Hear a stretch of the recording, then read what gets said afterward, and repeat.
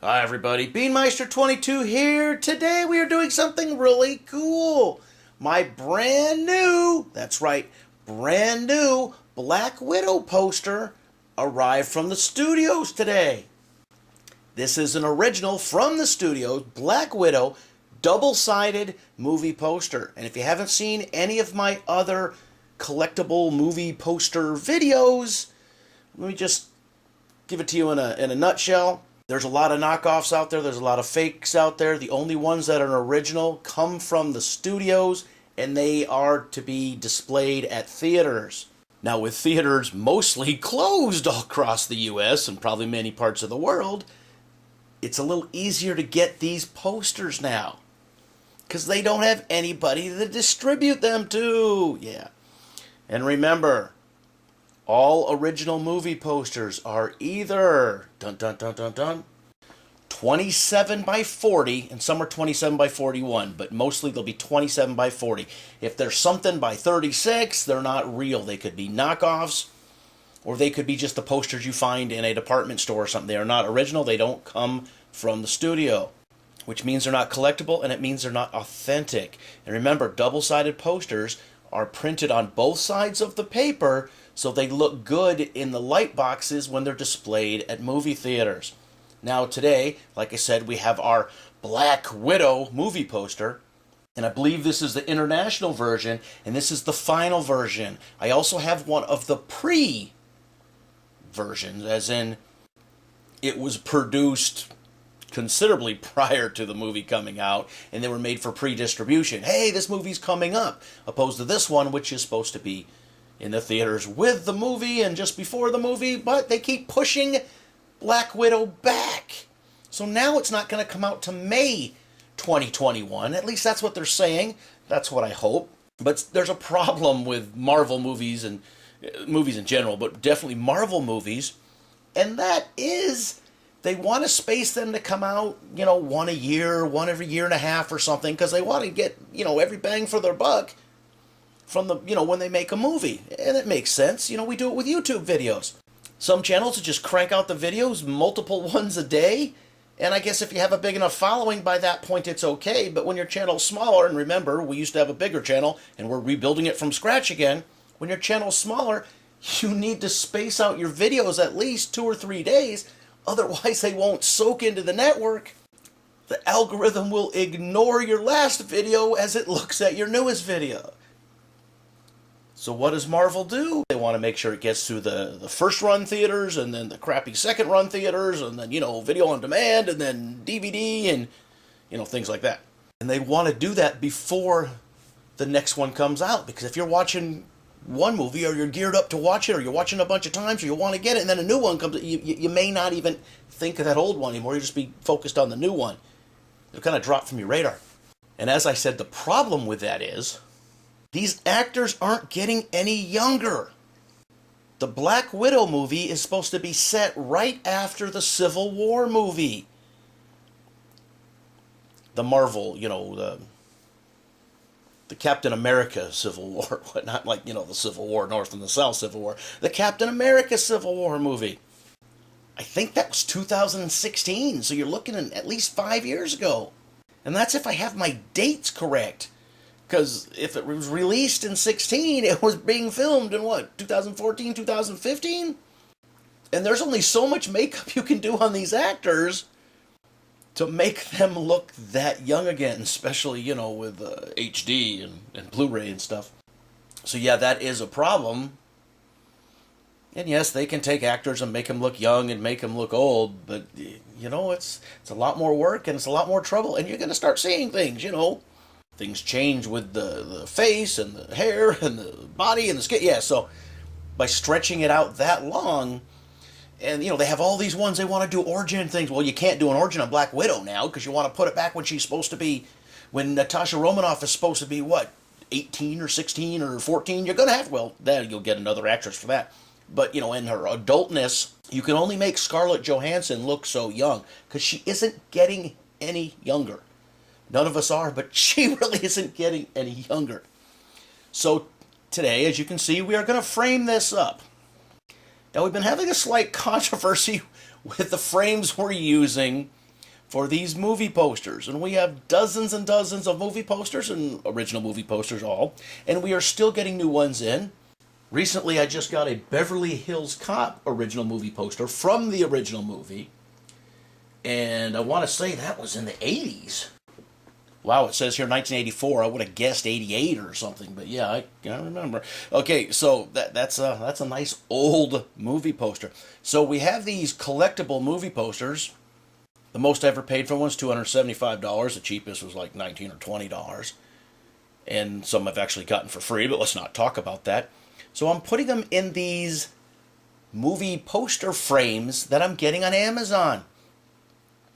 Now, I think it's Trendsetter or whatever. Well, let me see it right here. So, anyways, the point is, these are approximately, and I say approximately, these are approximately $68 for 3 of them. And I say that because Amazon prices change. I think the least I've paid is $62 for 3, and the most I paid was $84 for 3. But it was, $64, $68 was their normal price until I started buying them and drove the market up, But they are not non-glare glasses or plastics. They're not non-glare. So they glare the hell out of your poster, and you can't take it. If you've seen on my videos, you can't take good pictures of them. You can't take good video of them. And then people say, well, why would you take a poster that you're spending, a collectible poster, you're spending hundreds of dollars on, a couple $100, $100, $150, $275 on a poster, and you're sticking it in a cheap poster frame that you can't enjoy it or take pictures of it because it's glaring all over the place? Well, the point is, a non-glare poster frame of this size, and I've started buying them, are $68 for a single one. Do I want to pay $68 for 3 or $68 for 1? And you could say, well, if you have a couple $100 collectible poster, $68 more to really display it nicely, well, yeah, it might be worth it. Yes, maybe. But let's say you have 10 of them. What are we looking at? $680 to display 10 of them? Whereas it would be a third of the price using these cheap ones. And then there is, some movie posters are cool and I really like, but they, like the Valerian poster, you pick these up for $29 or $25. They're all originals. They all came from the studio, distributed to the theater, but it only costs $21, $25, $24. And you're going to put that thing in a frame that costs 3 times the price? Why do they cost so much? Even the glare ones I think are pretty expensive. And that's because of their size. At 27 by 40, and that's the size we're buying because all of our collectible posters are that 27 by 40. It's not the most common poster size out there that you get. So it's not going to be the cheap one. It is the common size in the genre of original collectible movie posters. Most people have a poster, they have it on their wall, they got it at a poster shop, or they got it at a store. It is not an original from the studio, from the distributor of the movie, from the theater. It's not an original. So the market for these it's not that big. Therefore, it's not the most common size to make poster frames. And, they are bigger, so they probably cost a little more material. Not much. So, yes, that's why we're using a lot of cheap frames for some really good posters. Would I like to go to non-glare frames? Well, yeah, I would, but eventually I'll get to them, but I don't know if I'll get everybody replaced. Years and years and years ago, I went to one of those poster frame shops in the mall, and I got a couple of really cool posters. This is right after 9/11, so I got a 9/11 poster, with the American flag and the buildings that fell down, I got in the firefighter, so I got that poster, but then I got the Kramer. Remember from Seinfeld, the Kramer? So I got that. And the posters they were reasonably priced. They had this thing going on that you can get the poster, and I want to say reasonably priced.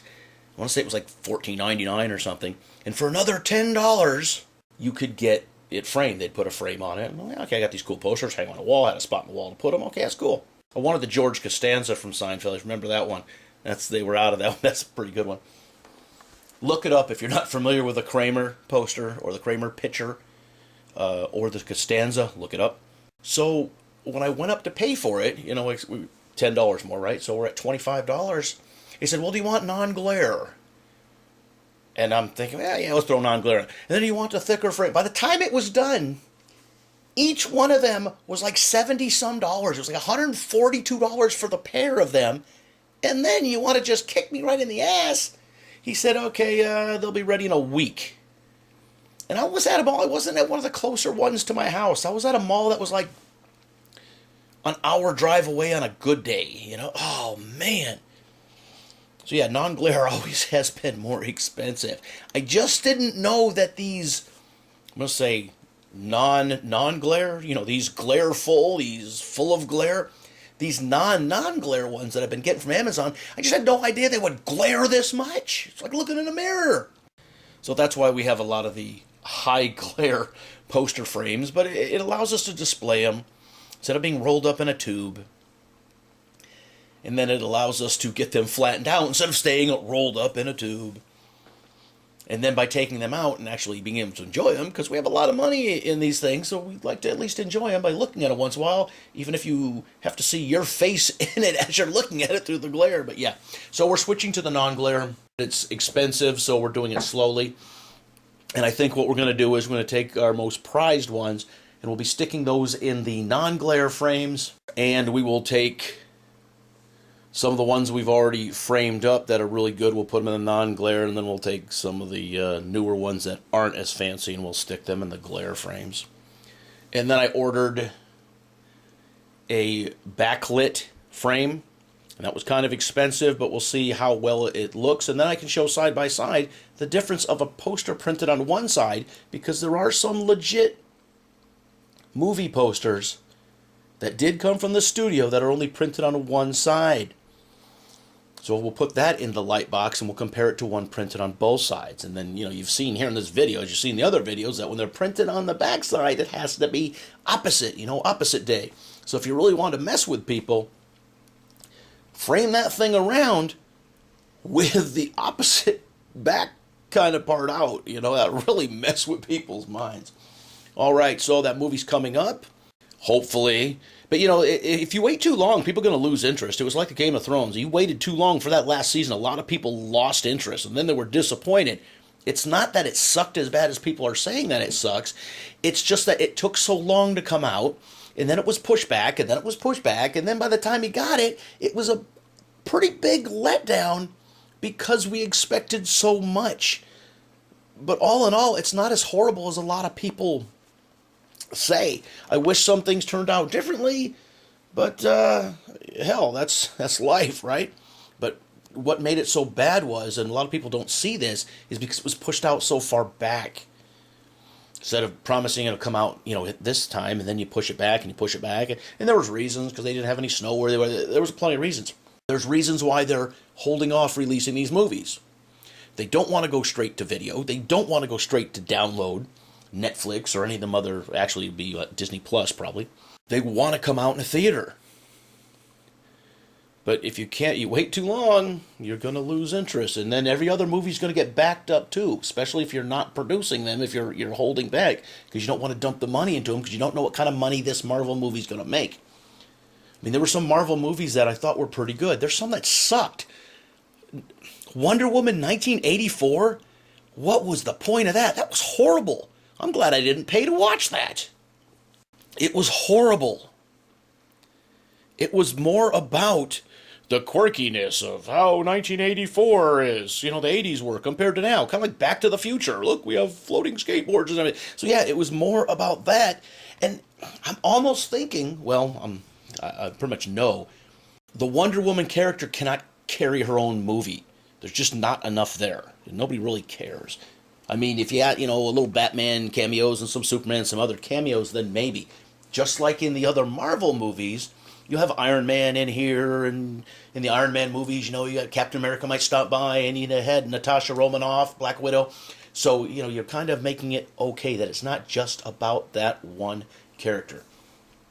And that Wonder Woman movie is horrible. I mean, Aquaman sucked pretty big too, but yeah. All right, so we got it framed up. It looks cool. Hopefully the movie will be good. I have a line on an early release. I might talk to them and say, hey, I want a pre-screening. But it's not going to be the same not seeing it in a theater, because I don't want to watch it on a small screen. I mean, a small screen. I don't want to watch it on a 56-inch screen at home. I want to watch it on a, 100-foot screen. And these days, you got the people watching these movies on these tiny phones. Who would enjoy that? Yeah, I guess you put the phone right by your face. It's sitting. Yeah. I don't know. So, are you a movie fan? Are you a collector? Are you a movie memorabilia collector? You know, we collect a lot of weird things here. Are you waiting for this movie to come out? Have you been waiting? Are you going to be disappointed? Looks like it's going to be okay, but it's going to be disappointing. If you gear yourself up for being disappointed, and then if it turns out okay, you'll be pleasantly surprised. But, yeah. All right, so leave your comments in the comments section. As always, thanks for watching.